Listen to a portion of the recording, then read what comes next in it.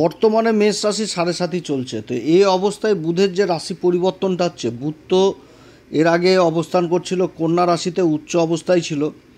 এবার রাশি পরিবর্তন করে প্রবেশ করবে তুলা রাশিতে, যেটা হচ্ছে সপ্তম ঘর মেষ রাশির ক্ষেত্রে। তো এইখানটাতে অক্টোবরের 3 তারিখ থেকে 23 তারিখ পর্যন্ত থাকবে। তো এই সময়কালে মেষ রাশির উপর কীরকম প্রভাব দিবে এই বুধের পরিবর্তন, কোন দিক থেকে মেষ রাশি হতে যাচ্ছে লাভবান, কোন দিক থেকে বিশেষ সাবধান, এই সমস্ত কিছু আজকের ভিডিওতে তুলে ধরবো। তার সাথে বলবো কোন উপাচার করবে। তো যাই হোক, অনুষ্ঠানটি শুরু করার আগে সমস্ত দর্শক বন্ধুদের নমস্কার জানাচ্ছি। তার সাথে বলবো যারা বহুদিন ধরে দেখছেন এখনও পর্যন্ত সাবস্ক্রাইব করেননি, অবশ্যই সাবস্ক্রাইব করবেন এই চ্যানেলটি। তবে আমি কোনো রকমভাবে কোনো দর্শক বন্ধুকে বিভ্রান্ত করার চেষ্টা করছি না। এটা গ্রহদের গোচরের উপরই আলোচনা করা হচ্ছে, কারো কোনো রকম ব্যক্তিগত কুষ্টি ধরে আলোচনা নয়, এবং এটা চন্দ্র রাশি অনুসারে বলা হচ্ছে। মেষ রাশির ক্ষেত্রে বুধের যে পরিবর্তন, বুধ কিন্তু অবস্থান করছে সপ্তম ঘরে। সপ্তম ঘরে বুধের অবস্থান হওয়া মানে লাল কিতাব বলে এটা পরশ পাথর।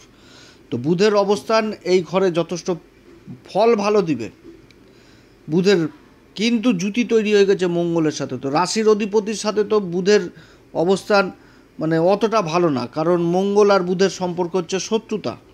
এই জুতিতে যেরকম রাহুর দৃষ্টি থাকছে, সেরকম আবার দেবগুরু বৃহস্পতির দৃষ্টি থাকছে, এবং দেবগুরু বৃহস্পতির দৃষ্টি পড়ার দরুন এই জুতি যথেষ্ট আবার ভালো ফল দিবে।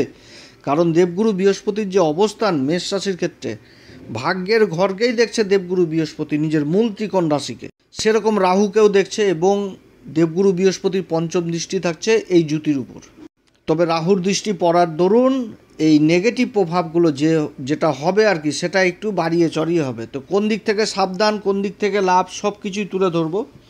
তো বুধের এই যে পরিবর্তনটা অক্টোবর মাসের 3 তারিখে হচ্ছে, এই অক্টোবর মাসে প্রায় রাহু আর কেতুকে বাদ দিয়ে সবগুলো গ্রহেরই পরিবর্তন রয়েছে। শনির পরিবর্তন, নক্ষত্র পরিবর্তন করবে, পূর্বা ভাদ্রপদ নক্ষত্র দেবগুরু বৃহস্পতির নক্ষত্রে প্রবেশ করবে। শুক্রদেবের পরিবর্তন হয়ে যাবে 9 তারিখে। তারপরে পরিবর্তন হবে মঙ্গলের নক্ষত্র পরিবর্তন হবে, মঙ্গল নক্ষত্র পরিবর্তন করবে 13 তারিখ। 13 তারিখ পর্যন্ত রাহুর নক্ষত্রে অবস্থান করছে মঙ্গল, সাতী নক্ষত্রে, এবং 13 তারিখের পর বিশাখা নক্ষত্রে চলে আসবে, এবং বিশাখাতে থেকে 27 অক্টোবর আবার রাশি পরিবর্তন করে নেবে এই মঙ্গলদেব।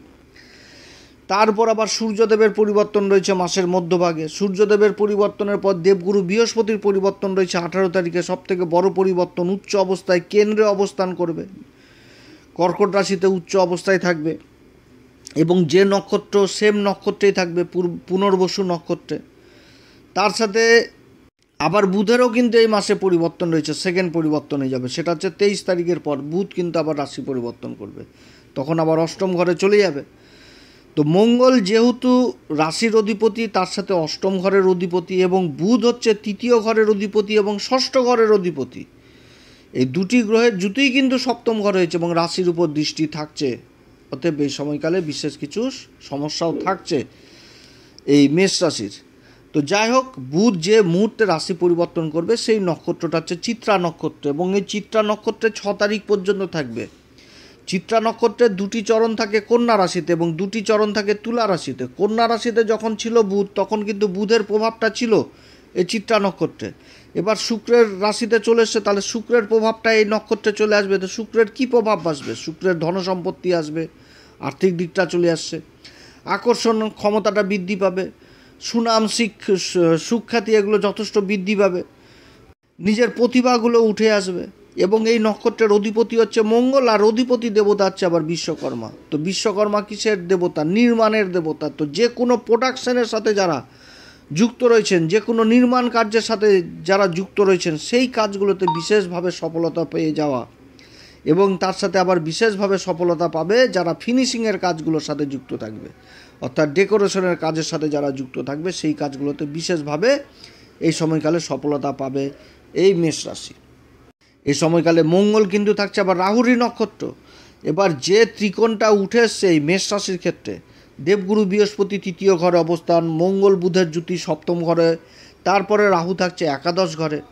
যে এই যে ত্রিকোণটা, এই ত্রিকোণটাও কিন্তু কাম ত্রিকোণ হিসাবে পরিচিত, অর্থাৎ মনের ইচ্ছা বাসনা। তো এই সময়কালে মনের ইচ্ছা বাসনা একদম সম্পূর্ণভাবে করতে পারবে, মানে পূরণ করতে পারবে এই মেষ রাশি। তা আবার এই সমস্ত দিক থেকে, যে কোনো প্রোডাকশানের দিক থেকে। চিত্রা নক্ষত্র পবিত্র নক্ষত্র, যে কোনো কোম্পানির উদ্ঘাটনের ভিত স্থাপন, হ্যাঁ, ভিত স্থাপনের কাজগুলো এই নক্ষত্রে করা হয়। যে কোনো বড় বড় বিল্ডিংয়ের কাজ হোক বা যেখানটাতে নির্মাণ কাজগুলো হচ্ছে বা কোনো প্রোডাকশন হচ্ছে, তার যে ভিত স্থাপন এটা এই নক্ষত্রে করা হয়। খুবই পবিত্র নক্ষত্র চিত্রা নক্ষত্র। তবে এই নক্ষত্রের নেগেটিভ প্রভাবও থাকবে এই সময়কালে। নেগেটিভ প্রভাবটা থাকবে, মঙ্গলের নক্ষত্রে বুধ অবস্থান করছে এবং ষষ্ঠপতি আর অষ্টমপতি, একটি হচ্ছে ষষ্ঠপতি আরেকজন হচ্ছে অষ্টমপতি, কিন্তু আবার রাশিরও অধিপতি, কেন্দ্রে অবস্থান। তো জীবনসাথীর সাথে কিন্তু সম্পর্ক মানে খারাপ রাখলে কিন্তু সেটা আবার মানে নেগেটিভ হয়ে যাবে এক কথায় বলতে গেলে। এবং পার্টনারে যারা ব্যবসা বাণিজ্য করছেন এদিক থেকে কিন্তু সাবধান, যে পার্টনারের সাথে কিন্তু সম্পর্ক খারাপ রাখা যাবে না। এই সময় কিন্তু আয় ইনকাম করে এগিয়ে যাওয়ার রাস্তা তৈরি হবে মেষ রাশি। 7.5 চলছে, এটাও কিন্তু বুঝতে হবে। 7.5 মধ্যে এই যোগটা তৈরি হচ্ছে, তো এই যোগের কিন্তু বাজে ইম্প্যাক্টটা পড়বে এই দিকে যারা পার্টনারশিপে ব্যবসা বাণিজ্য করছেন। কথাবার্তা ঠিক হবে না, অশান্তি গণ্ডগোলের পরিবেশ তৈরি হয়ে যাবে নিজের কথাবার্তার জন্য, অতএব এদিক থেকেও সাবধান। আবার এই সময়কালে থাকাকালীন যারা খাবারের ব্যবসার সাথে যুক্ত রয়েছেন তারাও কিন্তু বিশেষভাবে প্রভাবিত হবে এই সময়কালে। খাবার দাবারের ব্যবসার সাথে যারা যুক্ত রয়েছেন এই সময়কালে যোগাযোগ ব্যবস্থারও ব্যাপক উন্নতি হবে। কোনো বড় প্রজেক্টের কাজ হাতে পেয়ে যাওয়া এগুলো কিন্তু দেখাচ্ছে এই মেষ রাশির ক্ষেত্রে। তো যাই হোক, এরকম একটা প্রভাব থাকছে। এরপরে সাথী নক্ষত্রে চলে আসবে 6 তারিখে। 6 তারিখ থেকে সাথী নক্ষত্রে 15 তারিখ পর্যন্ত অবস্থান করবে। সাথী নক্ষত্র হচ্ছে রাহুরই নক্ষত্র এবং এই সময়কালে মঙ্গলও 13 তারিখ পর্যন্ত থাকছে সাথীতে। তারপরে 13 তারিখের পর চলে আসবে দেবগুরু বৃহস্পতির নক্ষত্রে। তো রাহুর কিন্তু দৃষ্টি থাকছে, অর্থাৎ এই সময়কালে একাধিক লাভেরও রাস্তা তৈরি হচ্ছে মেষ রাশির ক্ষেত্রে। এবং এই সময়কালে ব্যবসায়িক চিন্তা ধারণা এটা কিন্তু খুব প্রবলভাবে দেখা দিবে এই মেষ রাশির ক্ষেত্রে। সাথী নক্ষত্রের অধিপতি হচ্ছে রাহু এবং অধিপতি দেবতা হচ্ছে বায়ুদেব। তো এই সাথী নক্ষত্র যথেষ্ট গতি প্রদান করবে এই মেষ রাশিকে। বায়ু যেরকম এক জায়গায় থেমে থাকে না সেই রকম, অর্থাৎ বায়ুর যে গুণটা সেই গুণটাই নক্ষত্রের মধ্যে থাকছে। যেরকম নিঃশ্বাস প্রশ্বাস নিতে গেলে বায়ু লাগে, আবার যেরকম বড় ঝড় তুফান এগুলোতেও কিন্তু বায়ু হয়। অর্থাৎ এদের বিচার বুদ্ধি এই সময়কালে তীব্র হবে, খুব ভালো হবে, বুদ্ধি তীব্র হবে, দূরদৃষ্টি সম্পন্ন হবে। যে কোনো দীর্ঘকালীন যোজনা সেই যোজনাগুলোকে পূরণ করতে পারবে এই সময়। আত্মনির্ভর হবে। বড় বড় ব্যবসায়িকদের জন্মকুষ্ঠিতে কিন্তু সাথী নক্ষত্র দেখতে পাওয়া যায়। সাথী নক্ষত্রে রাহু কিন্তু যথেষ্ট পজিটিভ ঊর্জা দিয়ে থাকে।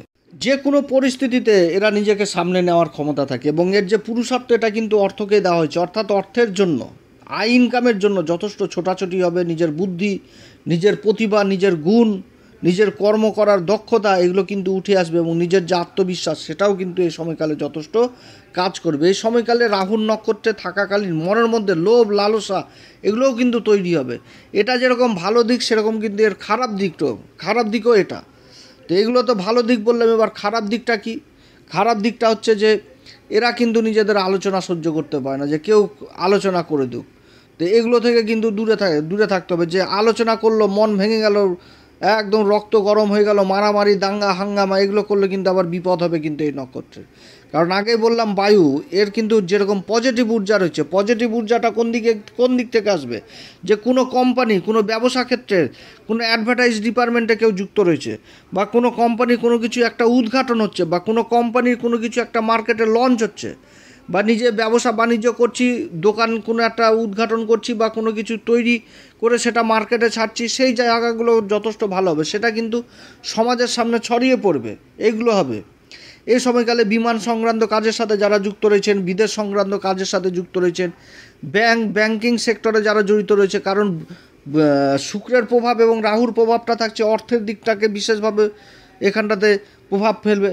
তারপরে বাণী সংক্রান্ত কাজের সাথে যারা যুক্ত রয়েছেন, চার্টার্ড অ্যাকাউন্টেন্ট হোক বা যারা সোশ্যাল মিডিয়াতে অ্যাক্টিভ রয়েছেন, ইউটিউব, তারপর ফেসবুক, তারপর ইনস্টাগ্রাম, তারপরে মিডিয়া হোক বা সেলসের কাজে যুক্ত হোক, এই কাজগুলো যথেষ্ট ভালো হবে।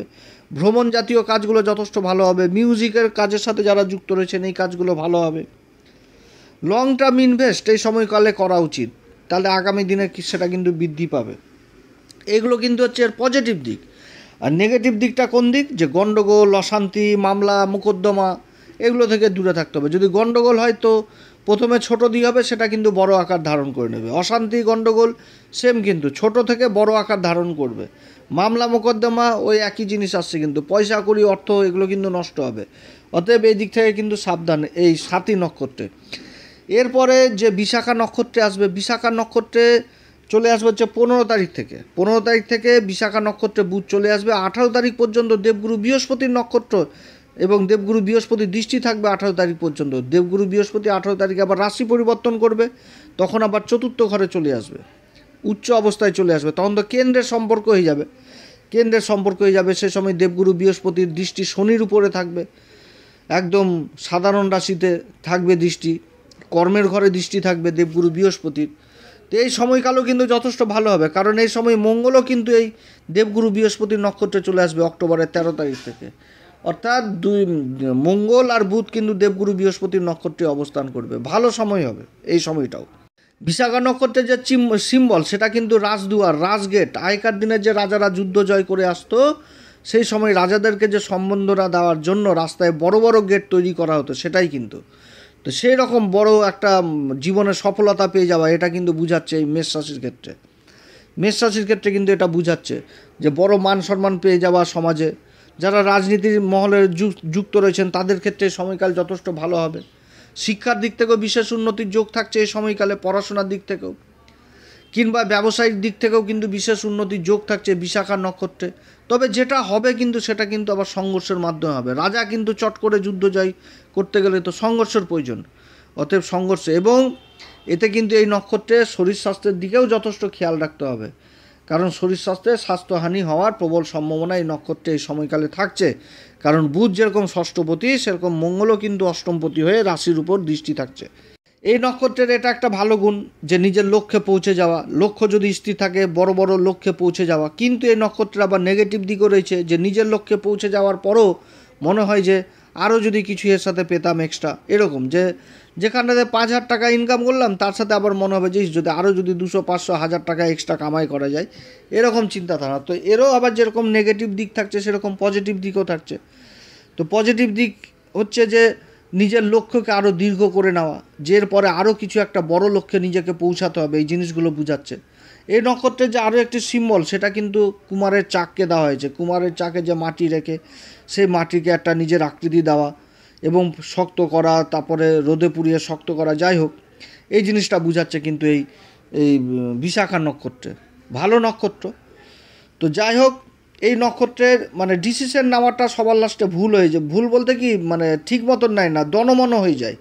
যে কখনো মনে হবে যে কেন করলাম, আর কখনো মনে হচ্ছে যে বেশ করেছি, এরকম জিনিসটা। এই নক্ষত্রের অধিপতি দেবতা হচ্ছে ইন্দ্রদেব এবং তার সাথে হচ্ছে অগ্নিদেব। এই নক্ষত্রে যখন অবস্থান করবে তখন কিন্তু নিজের কর্মকে নিয়েও আবার বিশেষ নেগেটিভ চিন্তা করবে, যে বোধহয় কাজ চলে যাবে নাকি যেখানটাতে কাজ করছি, এরকম চিন্তা ভাবনা। তবে দেবগুরু বৃহস্পতির যেহেতু দৃষ্টি থাকবে এই নক্ষত্রে এবং কেন্দ্রের সম্পর্ক হয়ে যাবে, অতএব এই নেগেটিভ চিন্তাগুলোও কিন্তু দূর হবে গুরুর আশীর্বাদে। তো যাই হোক, এই সময়কালে কোন উপাচার করবে? প্রত্যেকদিন হনুমান চল্লিশা, বজরংবাণ, শ্রীরাম সীতার প্রণাম মন্ত্র সহকারে পাঠ করবেন। গুরুর দীক্ষা নেবেন যারা গুরুর দীক্ষা নেননি, পাখিদের খাওয়াবেন, বজরংবলীর পূজার কাজে সিঁদুর দান করবেন, তারপরে জটাওয়ালা নারকেল দান করবেন, যথেষ্ট ভালো ফল পাওয়া যাবে। তা আপনারা সবাই ভালো থাকেন। এরপরে আবার আসবে একটি নতুন পর্ব নিয়ে। নমস্কার, ধন্যবাদ।